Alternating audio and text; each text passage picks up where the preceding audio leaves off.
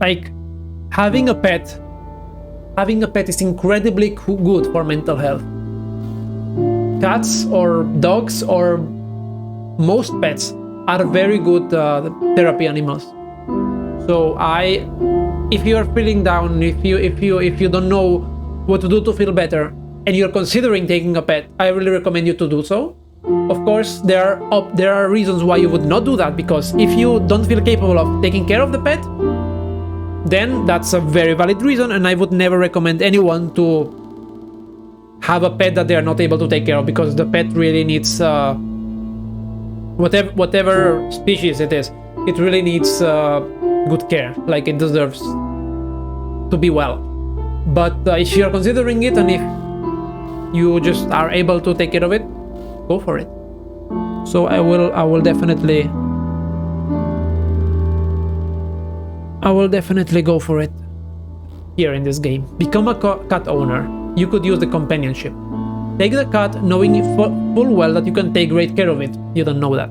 Decline, even though you'd be totally capable of taking care of it, you're not much of a cat person. That's not true, yeah, okay.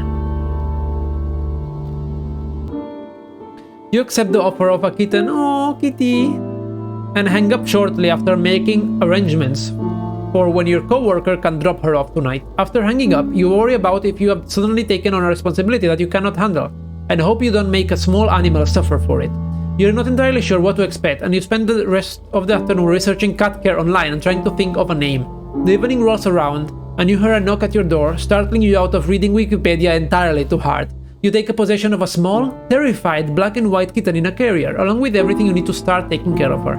You take her into your bedroom, close the door, and open the door to the carrier excitedly. She cowers in the back of it, and you back off. Feeling slightly defeated, you remember what you researched on introducing a kitten to a new home, and leave her alone to go mess around on your computer, hopefully checking over your shoulder every so often to see if she has come out yet. She hides inside her carrier, periodically making sorrowful cat howls, long enough for you to start worrying that she already doesn't like you. But by the time you go to bed, she is curled up at the foot of it, eyeing you nervously before falling asleep. Over the next few days, you gain her trust, and she begins affectionately following you around, sleeping on you, and hopping up on you anytime you sit down to do some work. Aww. That's so adorable. That's so adorable. I love Kitty so much. It's late Friday afternoon, and quitting time is just around the corner. What is... like, quitting time, it means, I guess, the time where you finish your week or something? A bright, clear day is giving way to a still, temperate evening. You can hear your coworkers all around you anxiously making plans for their evenings and weekends. But you're really looking forward to just going home and resting after what's turned out to be a very long and taxing work week. Just before the end of your shift, you get a call from Alex. It seems a group of your mutual friends are heading out to a nearby pub for dinner and drinks to celebrate the end of the week, and they want to know if you would like to come along. You tentatively tell her that you are emotionally exhausted from a work week, and a social outing like that would take too much out of you today. You encourage her to go and have a good time, since you know it's been a while and since she's gone out with friends, but the effort feels futile since you know that she isn't going to go without you. A couple hours later, the two of you find yourselves in a familiar position, on the couch, watching comedy shows on Netflix, the box of pizza open on the coffee table in front of you. As you look across the couch at her, you start to feel anxious. You feel bad about effectively forcing the two of you to stay in tonight again. While you're always appreciative of your partner's efforts to take your feelings into account and help make sure you're socially comfortable, you sincerely worry that you're holding her back from enjoying a more fulfilling relationship. That's something that people feel a lot. While she does seem to enjoy spending time with you, as the two of you sit in comfortable, almost contented silence, watching old shows you have each seen 2 or 3 times before, your ever-increasing fear that your relationship is becoming one-sided weighs more and more heavily on you. You feel more than ever like a burden or a word to her, and it's virtually impossible for you to see what value you could possibly offer to her in return. Worst of all, this nagging fear has made you feel more self-conscious than ever, withdrawing ever inwards, and you've started to pull away even from Alex herself.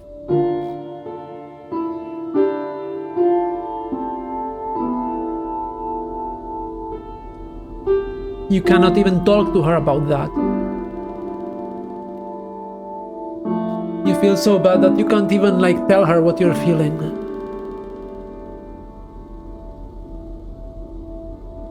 Don't say anything. You're already worried about her being upset with you. This is far from the first time you would have had this conversation with her, and it's one that plays out the same every time. You explain your fears of being worthless. She tries to tell you that she doesn't see you that way. You see that she's biased or just being nice to you because she's your girlfriend, and she gets frustrated. It never resolves, nothing new is ever said, and rarely do you feel reassured by it. Occasionally she tries to broach the subject, trying to discover why you feel like this about yourself. This always makes you feel nervous. You're sometimes convinced that the only reason she's still with you is because she doesn't know how awful you really are. As time has gone on, you've gotten more comfortable trying to express bits and pieces of your insecurities to her, but it still causes you to feel very on guard, and it's not a conversation you can have for too long without worrying you're going to scare her away. The weight of an unspoken, unresolved issue in your relationship joins you in the room for a little while, but you dare not peek at her for the rest of the night. I feel this from Alex's side. I know people feel like this. Wait, I like that there is like a little sound effect. Like you can see like cutlery and plates, like a kitchen sound. Nice, I like that.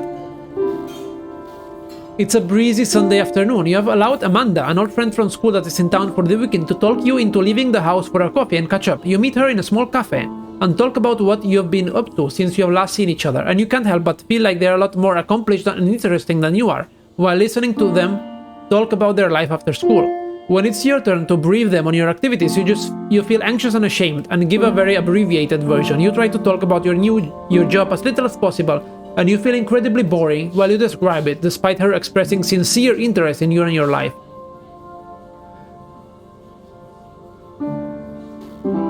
Amanda has known you long enough to read your mood and tone of voice.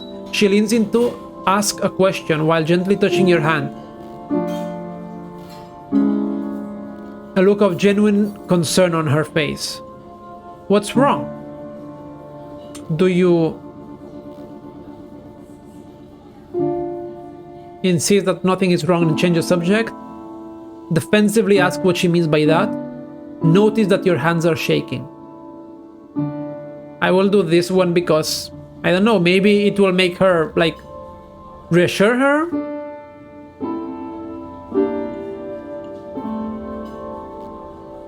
It's such a small question, but it feels like a blow to the gut.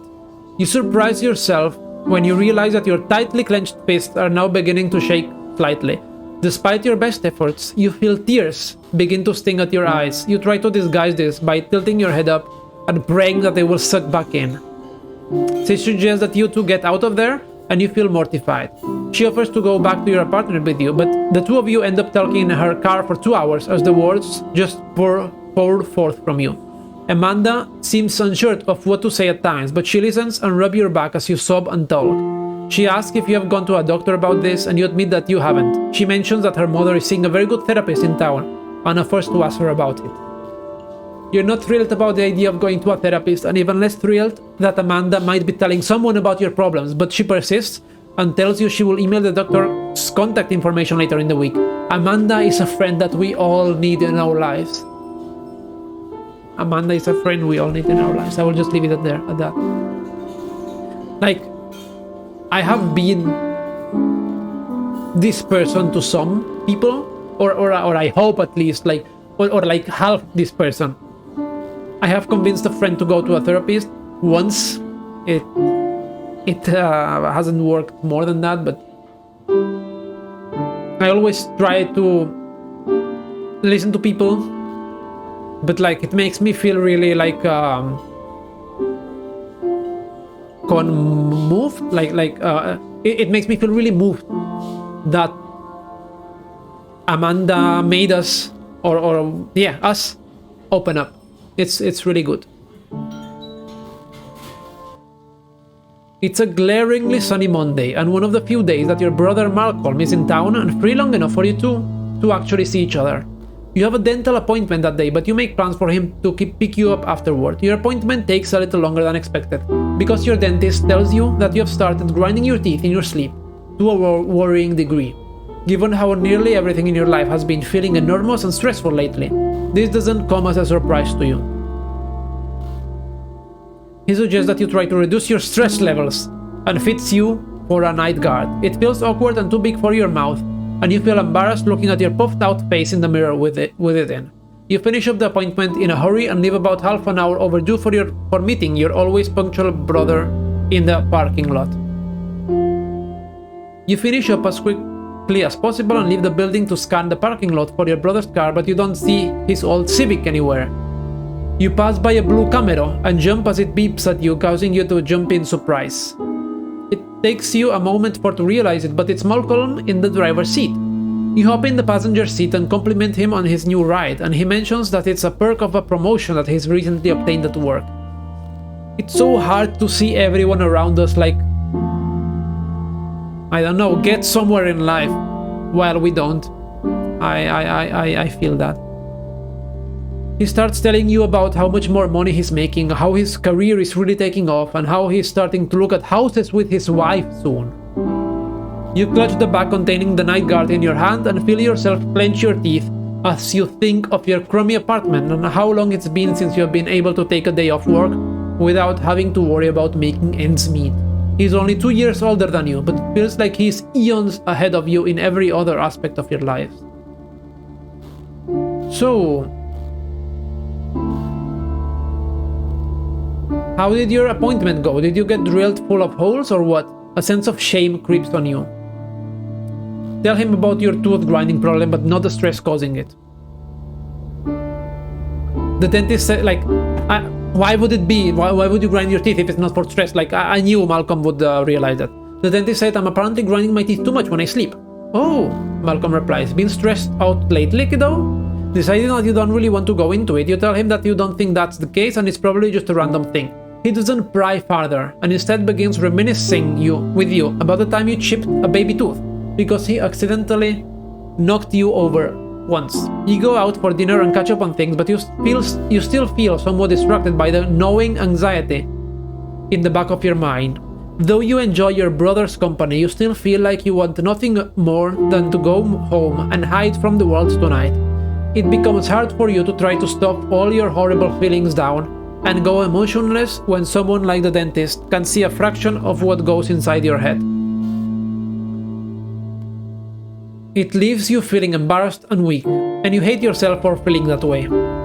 You wonder if you're totally fooling anyone, if you're really fooling anyone into thinking that you are a normal person, and then you wonder if your brother knows and is hanging out with you out of pity tonight. After he drops you back off at your apartment, you throw the night guard out. You can't stand to even look at the thing. Oh my god, no. After he drops you back off at your apartment, you throw the night guard out. You can't stand to... okay, no, I wanted to read this. I was like... I don't know, this is not going well right now. Let's say it like that. I'm not sure if the game can go well at the beginning. Like, maybe at the beginning it's done so that it always shows the decline, and I don't know, maybe. You're profoundly depressed, you're barely functional, on days you can't even get out of bed at all.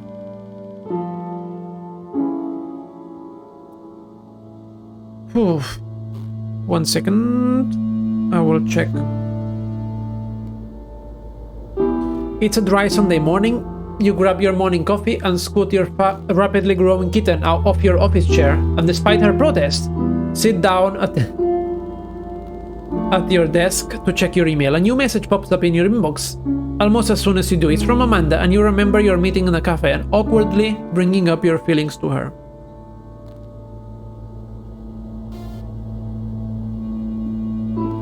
Subject: Hey buddy. Hey, sorry it's been a few weeks. I meant to get this to you sooner, but it took a while for me to get a hold of my folks back home. Dad told me to say hi, by the way. Anyway, I remember that what we talked about last time I saw you, and I hope you aren't insulted, but I asked my mom for the number of all her therapists. Don't worry, I didn't tell her who it was for. I think she's worried about me though, haha. Anyway, the number is blah blah blah. It's a really good office. You should look into it. Talking to someone never hurts. I wonder if this is a hotline.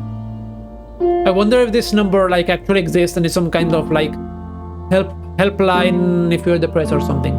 If you're worried about money, don't be. They are one of the few that has a really good sliding scale fee system and won't charge you what you can't afford.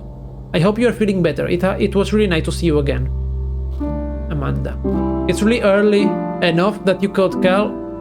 It's still early enough that you could call and make an appointment today. Your kitten curls up in your lap as you consider what to do.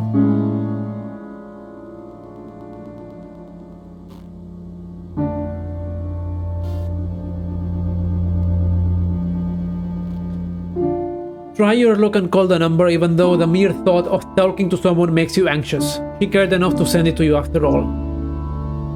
Like, do you realize that this option is already bad? And it's great that like it's crossed out because we are just past that point and we can't even do that. Yep. Sleep on it and see how you're feeling in the morning. You're not keen on the idea at all, but you don't want to disappoint Amanda. Like, I want to like do something about it.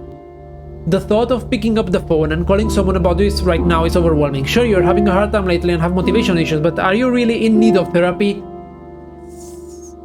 Shouldn't you be able to just get over it yourself? No, it's not your fault. What if they put you on medication that makes you feel like a zombie? That's just anxiety, like medication will not make you feel that way. What if you go and the therapist looks down on you? I actually get these excuses a lot from people I talk to.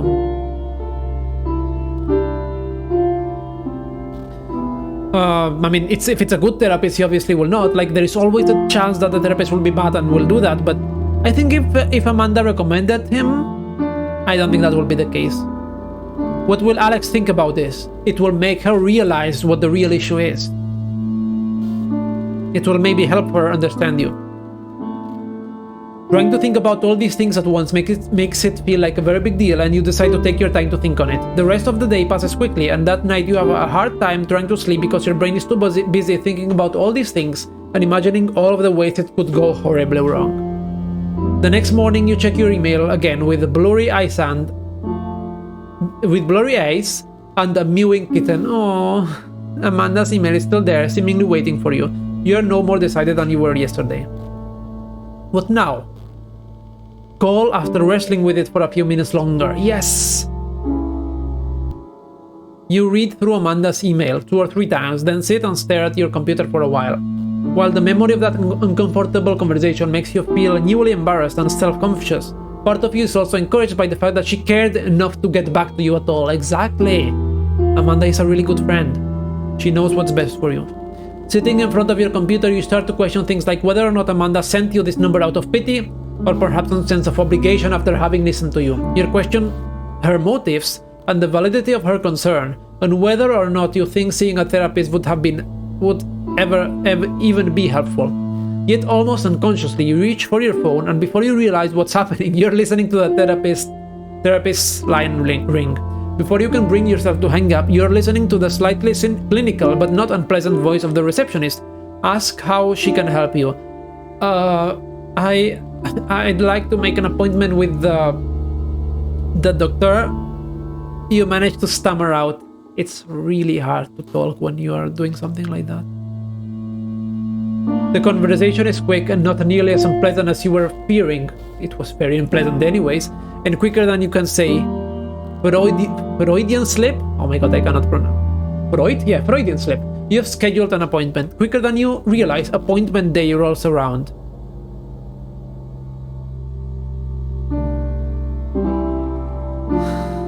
What do you do? Yeah, you crawl back into bed. We have to go there. Head to the therapist's office, even though you're totally unsure of what to expect. I think we are actually less depressed than before. You have your first session with your new well, we were. Now it has changed again. We will see. You have your first session with your new therapist, Dr. Susan Melville. It's a she, a tall woman in her mid-40s, with a disarming demeanor and patient eyes, with the start of the slightest smile lines. She makes you feel comfortable fairly easily, which is a pleasant surprise after all your anxiety over the appointment. As you leave, you make a second appointment. You're still skeptical about all of this, but figure you might as well see where this goes. The hardest part, it seems, was taking the first step. You're still not sure if and how you're going to tell your family or your partner, but you figure you will deal with that when the time comes. Good. It's always good to take things one step at a time. Like, don't overwhelm yourself with all the things you need to do. Like, one thing, then another thing, then another thing. The hardest part, it seems, was taking the first step. You're still not sure if and how you're going to tell your family or your partner, but you figure you will deal with that when the time comes. Either way, you feel relieved that you managed to see this through instead of being paralyzed with worry over it. Even if nothing comes of it, you did something you said you would instead of flaking out or running away. Sorry if I read this last sentence really wrong. I was thinking about things. I was actually thinking that I would really like people to see this playthrough of my game. You can hear people like talking in the background.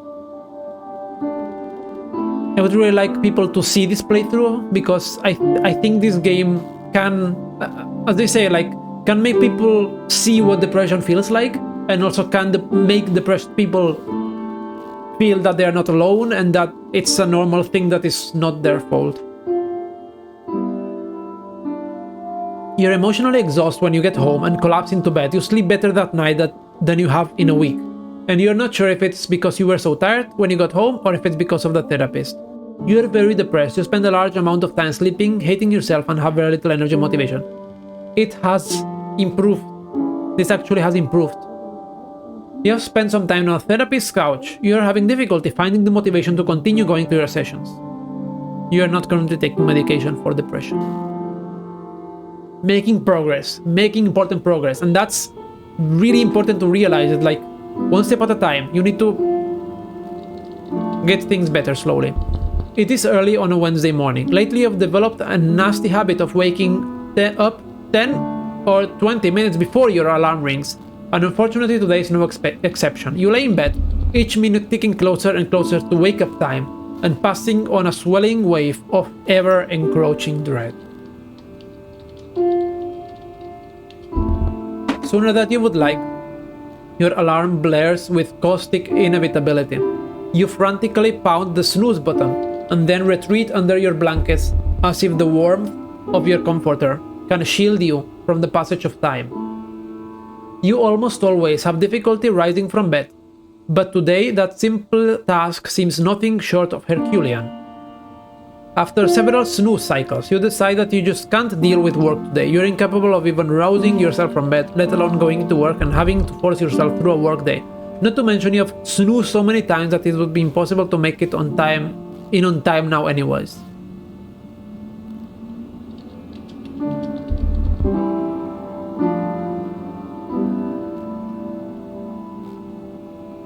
Once you do it once, I'm thinking that you just start calling all the time to not go.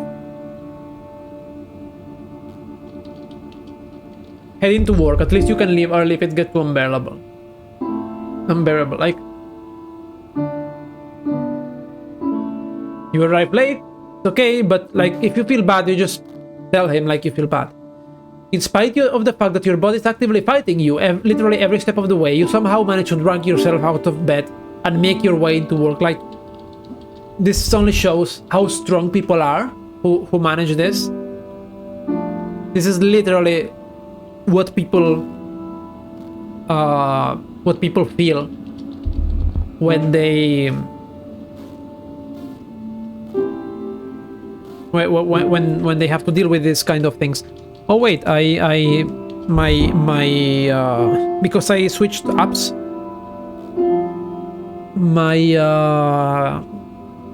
my Stream Deck switched off. Okay, there we go. Surprisingly, you end up only being about 5 minutes late and nobody seems to notice or care.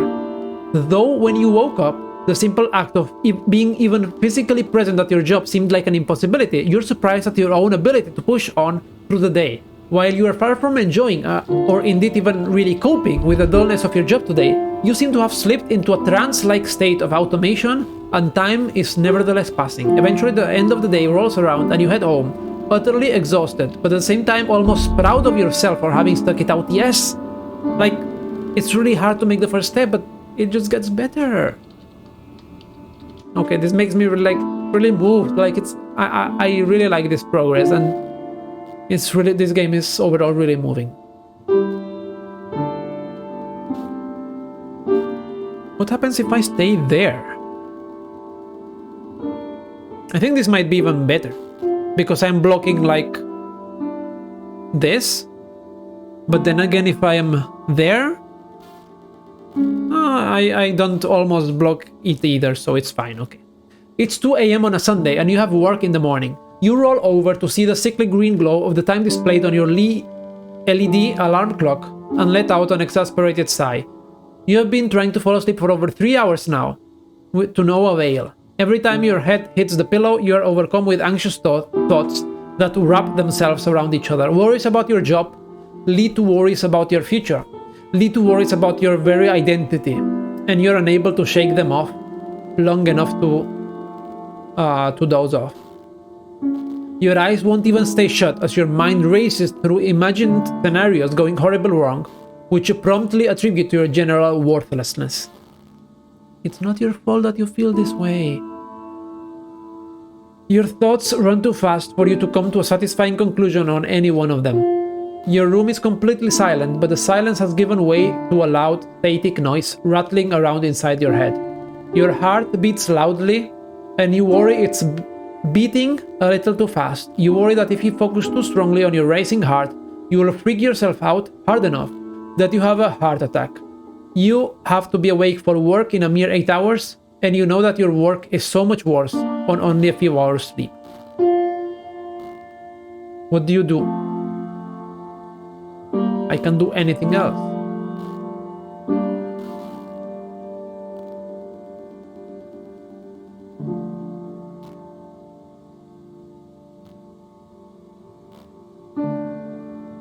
Okay, so the number 5, you're probably going to go into work tomorrow exhausted and F everything up and get fired. That is not... That is good that it's crossed out, I mean. And these two are like... I'm not sure if they are bad or good. Well, this one is definitely good, but... Well, snap out of it, it's also good, but... Like, these thoughts are not great. Go to your computer. Sleep is clearly not happening no matter how long you lay here. Attic hugs boson. Huh. You get out of bed. Why is hugs boson? You get out of bed and head to your desk. Laying in bed with nothing but your thoughts to keep you company makes you feel like you're going insane. The harshness of the light coming from the screen makes you squint as you turn it on, despite how often you find yourself in this exact situation. There have been so many nights lately just like this. As you begin reading a new story, an online friend of yours IMs you. Instant messages you. Okay, instant message. IMs you. Attic, you're up late again, I see. Yeah, I can't sleep. Again. Thinking too much again? You guessed it. Wanna talk about it? You end up talking with Attic for quite some time about how you've been feeling. He's always been easy to talk to about your personal matters, and the added security of talking online helps. Being able to rethink what you say as you type it out and check it before you send it out helps you gather your thoughts, and you find it less intimidating in a way to type it all into a prompt than say it out loud. I don't want to be that guy who thinks they can diagnose something because I read a Wikipedia article, but it kinda sounds like you might have depression. You should talk to someone about that, like a doctor. You pause. Are you really that transparent, or is it that you have gotten used to talking about your feelings at this point? Your insomnia makes you a little paranoid, but you shake it off. We can do some research and see if there is a good doctor near you. It's not like you're going back to sleep anytime soon anyways. Might as well do something while you're awake.